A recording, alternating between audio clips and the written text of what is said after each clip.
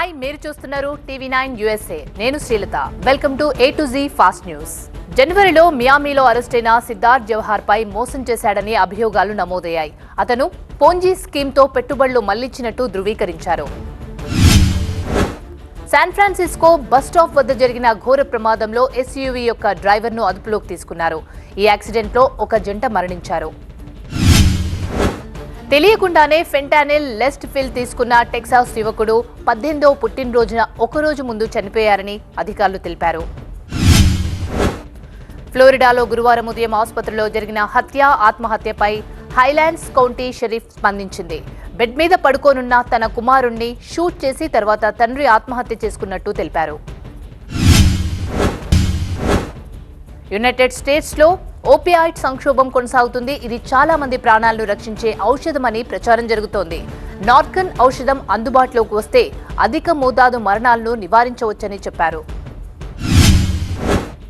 US సరిహద్దుల్లో ప్రయాణికులను అక్రమ రవాణా చేస్తున్న వ్యక్తిని పోలీసులు అదుపులోకి తీసుకున్నారు.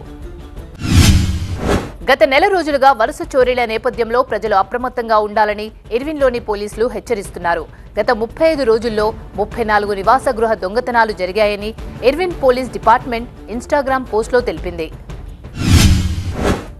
లా ఎన్ఫోర్స్మెంట్ ఏజెన్సీపై ప్రజలు విశ్వాసాన్ని పెంపొందించడానికి 6 నెలల పైలట్ ప్రోగ్రాంలో భాగంగా 70 US క్యాపిటల్ పోలీస్ అధికారులు మంగళవారం బాడీ కెమెరాలను ధరించడం ప్రారంభించారు. పిల్లలపై వేధింపుల చిత్రాలను షేర్ చేసినందుకు 17 ఏళ్ల యువకుడిని పోలీసులు అరెస్ట్ చేశారు. వలసదారులను అరెస్టు చేయడానికి పోలీసులను అనుమతించే టెక్సాస్ చట్టంపై సుప్రీంకోర్టు నిషేధాన్ని పొడిగించింది. విలాసవంతమైన గృహాలే లక్ష్యంగా US వీసా వ్యవస్థను దోపిడీ చేస్తున్న విదేశీ ముఠాలను ఎదుర్కోవడానికి లాస్ ఏంజల్స్ పోలీసులు టాస్క్ ఫోర్స్ను ఏర్పాటు చేశారు. బ్రూక్లిన్లోని ఢిల్లీ వద్ద ఆదివారం తెల్లవారుజామున 19 ఏళ్ల యువతిని కత్తితో పొడిచి సోదరిని గాయపరిచిన ఇద్దరి కోసం పోలీసులు వెతుకుతున్నారు. గత వారం లాంగ్ ఐలాండ్లో ఒక ఇంటిలో జరిగిన చోరీలో దాదాపు $7,000 వస్తువులు దొంగిలించబడ్డాయని పోలీసులు తెలిపారు. కేసు దర్యాప్తు చేస్తున్నారు.